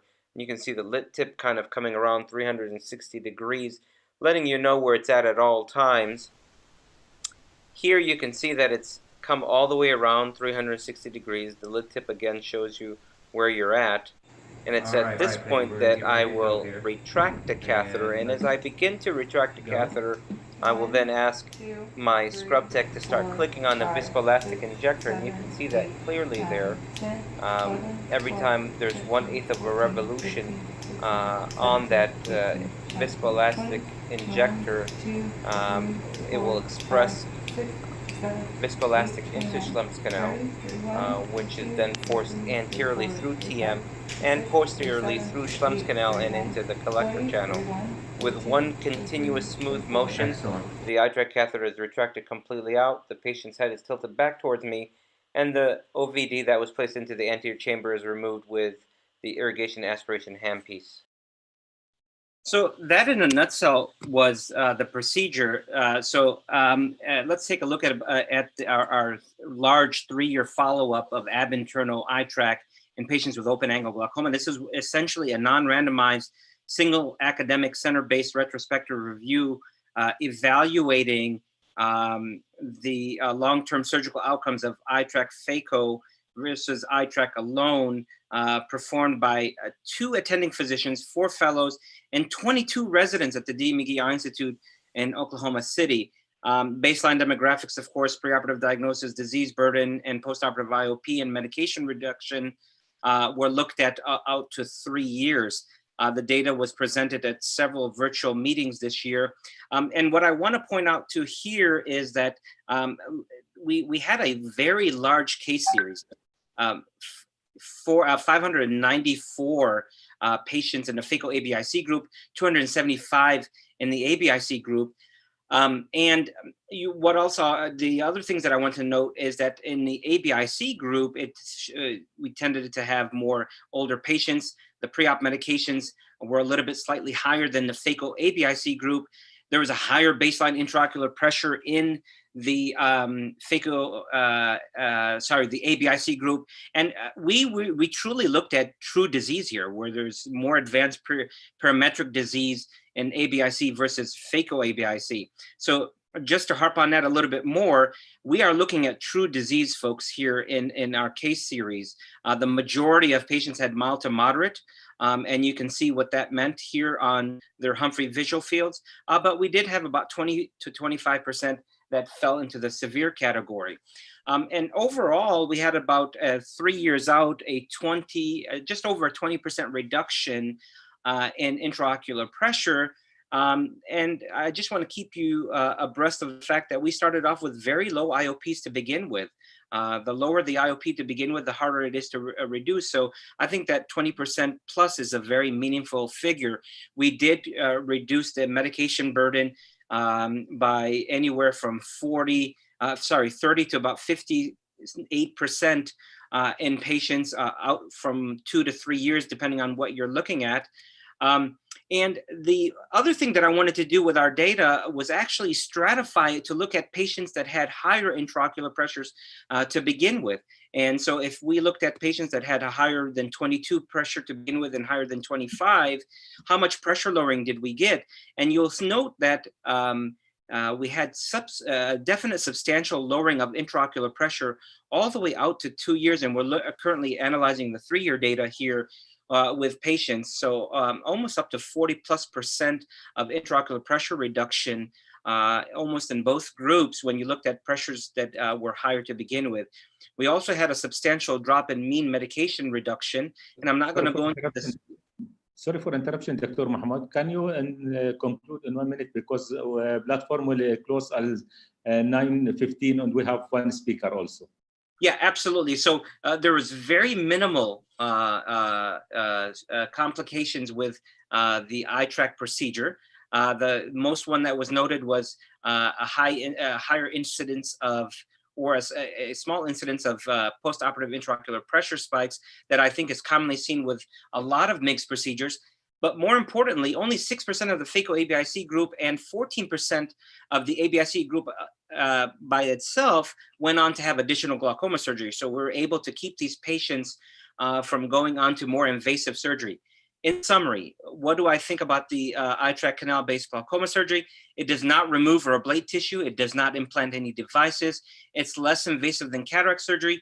It preserves future treatment options suitable for phakic and pseudophakic patients, suitable for mild to moderate patients, very effective in lowering intraocular pressure, and very effective in decreasing medication burden. Thank you very much. Thank you very much, Dr. Mahmoud, for this comprehensive presentation. Please stop your screen. Dr. Basir Khan, please can you share your screen? Dr. Basir Khan, ophthalmologist in Toronto, Ontario. He is the founder and senior partner at the Clarity Eye Institute. Dr. Basir will speak about which stent or tube do you want to insert in the anterior chamber. He prefer to try a new tube. Please, Dr. Basir. Thank you again for the opportunity to speak. Actually, sorry, I apologize. There's a bit of a change in the topic here. I had verified this with the, anyways, I think I fit a little bit better into this session as opposed to the session I was scheduled, because what I really wanted to talk about was GAT, because this is where I've really expanded my glaucoma practice over the last 2 years. I have no financial relationships or disclosures to talk about. What I do have is what I call a clinical disclosure, which sort of where I'm at in the reference point of what I have. So I've been in practice for 14 years. I do a fair amount of glaucoma, as you can see there. Obviously, a lot of this is combined with cataract surgery. You know, I still do a lot of filtering procedures. Deep sclerectomy was sort of my go-to procedure for a long time as a first-line therapy. It still is for filtering procedures. I have a fairly extensive history and experience with canaloplasties, obviously trabeculoplasties and the express shunts. We get stuff quite a bit in Canada early on, as opposed to our US colleagues. So we've had iStents now for about 8-9 years, certainly the Cook double, it Zens. We've gone through iterations with the gold shunt and side pass, both of which are no longer available for us, and certainly with tube shunts and some of the other procedures listed there. So how did I come to GAT? Well, largely speaking, I was doing a lot of iStents up until about 2-3 years ago, but due to some regulatory issues in Canada, we had some issues with getting access to iStents, and I wanted to be able to continue to offer my patients the advantages of MIGS, particularly for those people who didn't have that advanced glaucoma who were amenable to this. And so I did the research and spoken to there's only one other colleague in Canada at the time who had really been doing GAC, is largely, quite honestly, because of industry influence and whatnot, it's not something that's really gained a lot of traction, at least not in North America. So I went to GAT. I said, let's just try this and let's figure it out. So just very quickly, what's my current technique before we get to some of the outcomes? Obviously, a lot of this is combined with cataract surgery, but I've certainly done it as a standalone procedure. Certainly with phakic patients, you've got to be a little bit more careful in terms of not dinging the lens and making sure that you're nice and deep. Everyone's mentioned sort of viscoelastics. I really like Helon 5 for all of my MIGS procedures because it creates space. It also, comes out very easily when you want it to, but stays in where you want it to when you need it to. It's very frustrating when you're trying to get access to the angle and you've got a regular Helon GV in there and you deform the wound at all and it all burps out. I use a 5.0 Prolene suture, low temp cautery. I don't use an MVR blade. I like to use a 25 gauge needle to strip open Schlemm's canal. I find it's the perfect size just to sort of carve out a little bit of the meshwork, aiming, of course, for the pigmented trabecular stuff. Now, the 4 items that are listed here in red are there because they're disposable. The other 2 items listed there are non-disposable and reusable. We'll come back to that later. This is my partner, Dr. Graham Bellavey. Took a picture of him performing a GAT. All of us, I'm sure, are very familiar with the setup. It's very analogous to doing any sort of canal-based Schlemm's surgery. Just very quickly, these are just some screenshots. So I like to cut the apex, or the suture right at the apex, because the Prolene has a natural curvature to it, and using that memory in the direction of the curvature of the eye is helpful. I heat it under the microscope and I stop as soon as it starts to blunt. If you heat it too much, the mushroom becomes too big and it's too large for the Schlemm's canal. I like to pre-place the suture in the eye, and then of course, using the Goini lens, stripping about 1 clock hour pigmented trabecular meshwork using the tip of the needle. I find that works really well. And certainly from a cost advantageous point of view, a needle is going to be a bit cheaper than other knives or devices. I grab the end of the suture and advance through the canal. There was a question earlier about how easy or difficult is this.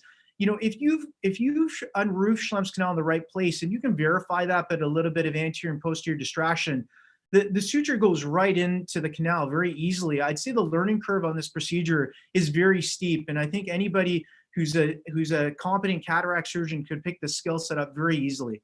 The first 90 degrees are really easy, relatively speaking, but after that, you start to get a bit of resistance, particularly when you hit the 180 point.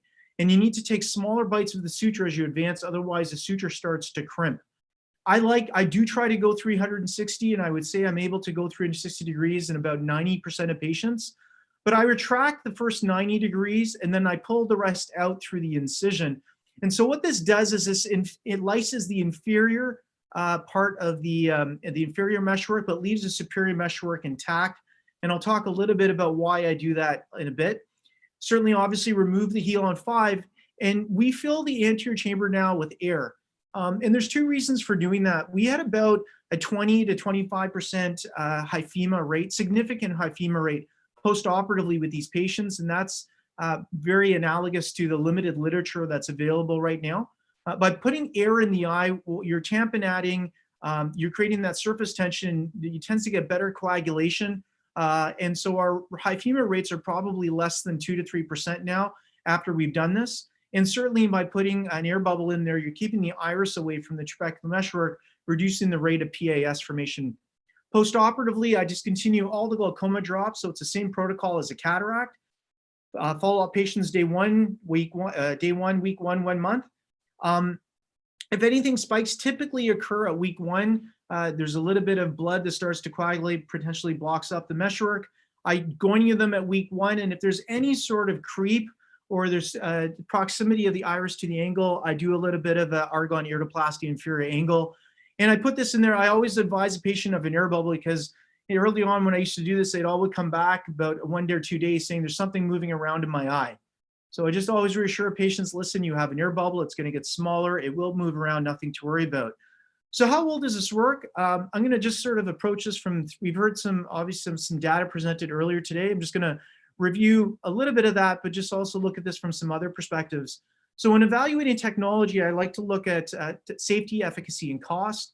There's not a whole lot on literature on this. And I think the big reason for this, honestly, is because there's no money to be made for this for industry. And so sponsoring studies becomes very difficult. If you look at a meta-analysis of trabeculectomies and deep sclerectomies, you see some of the significant risks that we see associated with these procedures listed here. But when you look at GAT, really the only complications are hyphema, and most of these are very self-limited. You can see 30 to 34% rate in what was reported there, and they're virtually all gone by 1 month. In terms of efficacy, just for the sake of time, I appreciate we're sort of getting on here, but you can see significant IOP lowerings in all of these studies here with the ends ranging from 8 to 66, and a significant reduction in pre-op drops for all of these groups. So it certainly works well. One of the only study that I was able to find where it's comparative was looking, comparing this to the Cahoot double blade. And you can see here a fairly homogeneous response for both procedures here, looking at IOP lowering and the sustainability over a 6-month period. I'll just spend a little bit, just an extra minute on this. I sort of compared a bunch of procedures that I do. All of these dollar figures are in Canadian dollars, so you'd have to make the translation here in terms of whatever currency you work with. Time of procedure here includes turnover time as well as operating time. Variable cost assumes the running of an ophthalmic OR is about $2,500 an hour. And in terms of IOP target, I'm starting at an IOP lowering of about 35.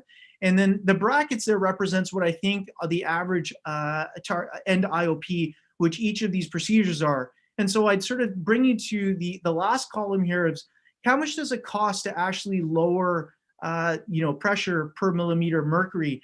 And I think GAT is very economically advantageous compared to other procedures. And if you look at the efficiency, and what I mean by efficiency here in terms of follow-up, certainly trabeculectomy require a significant amount of follow-up. There's quite a number of adjunctive procedures that are performed. Other procedures are listed there. I put iridoplasty in parentheses because I'm not sure that it really does anything. Again, the paucity of research in this area doesn't allow for any real science on this, but certainly in patients where I've started to see a little bit of an increase in pressure, I've done an argon iridoplasty, and that seems to put a bit of pressure on the meshwork and help to lower pressure more. Most importantly, though, is that the GAT, as is mentioned before, is any intraocular access to Schlemm's canal. It completely opens up your opportunity to do anything that you want. And as I mentioned, deep sclerectomy was the key sort of my targeted or my preferred filtering procedure. And so the reason I leave the superior meshwork intact is that if I do decide, if a patient does fail and does require secondary surgery, I have the trabecular meshwork that's intact, that I can create the trabecular decimus window as required.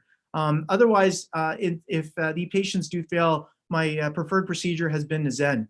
So very quickly, first line, GAT now has become the first line treatment in my practice, mild to moderate glaucoma, controlled or not. If this fails, as I mentioned, deep sclerectomy, if for whatever reason the superior meshwork has been compromised, then I prefer to do a Zen. The only time that I go directly to a deep sclerectomy is if it's patient in advanced glaucoma and I can't afford an IOP spike, because you can get an IOP spike with GAT. So in summary, this is a relatively safe procedure. It's effective. It's certainly cost advantageous. I think it's technically easier than most other glaucoma procedures. I think from a safety protocol, it allows for early intervention with patients. And even if you compare the cost of this to drops, for at least in North America, it costs about $1,200 a year to put a patient on prostaglandin on an annualized basis. I think this is an excellent, I've had the opportunity, I've got pictures there of Shami Eye Hospital in Amman, Jordan, and that's a PRCS in Lebanon. I've had the opportunity to do a bit of volunteer work in the Middle East, and I look forward to returning soon once we're past this crisis. But the point here is that I think this is an excellent option for managing glaucoma, particularly in the developed world. This is, for those of you who've been in Jordan, this is Habibi's in the downtown Amman. It's the best Kanefa, at least in Jordan anyway. So thank you very much for the opportunity, and I look forward to joining my colleagues in the Middle East soon. Thank you, Dr. Basir. Now we should. Thank you, Dr. Ali. Thank you, Dr. Basir. Good evening, Dr. Basir. Sorry for yesterday. I hope you enjoyed today the presentation and giving your talk, and you appreciate to join us also for the second time. It's our pleasure. Yeah, thank you, Dr. Mahmoud. Only there's one question before the ending. This is comparison. This is the cost, Dr. Mahmoud. 1 minute. 1 millimeter per millimeter mercury. If we compare the Stagat with the eye track, how much cost the 1 millimeter mercury by eye track? Sorry, can you repeat the question? Eye track versus what now? With GAD, how much we compare this is now with the cost? The millimeter mercury costed around $47 by with GAD. How much costed with the eye track? Yeah, sure. I mean, the eye track is going to cost you money, but with the with GAT, you have there's no reversing the tissue destruction that you've done. And nowadays, with what we're looking to do in the future, and try to resuscitate and revive the outflow canal, as well as trabecular meshwork. In fact, we have pharmaceuticals that are actually directed to this area. There's a cost to pay with that too. So, there's a fine line between how much you want to pay, and I think we sometimes get fixated on cost. I do believe that it's a real world question though for developing countries, but it is what it is. Yeah, thank you, Dr. Mahmoud. Thank you, Dr. Zainab, Dr. Basir, Dr. Rafiq, Dr. Rene, Basil, and all for we should close. Muhammad Suhaib, thank you, Dr. Muhammad Suhaib. Yes, Muhammad Suhaib, sorry, sorry, Dr. Muhammad Suhaib. Yeah, welcome. We should close this now because the next session will start. Yeah, thank you for all. Thank you. Thank you for all of you. Thanks a lot. Bye-bye. Thanks a lot. For participants, we are going now to open the session, next session for the retina. If you want to join us, we are going to open within 1 minute. Only we'll close this one and you can join us in the next session. Thank you and bye. Close the session, please. Thank you. Bye-bye. Shukran, Dr. Ali. Okay, can you close, our team close this session, please.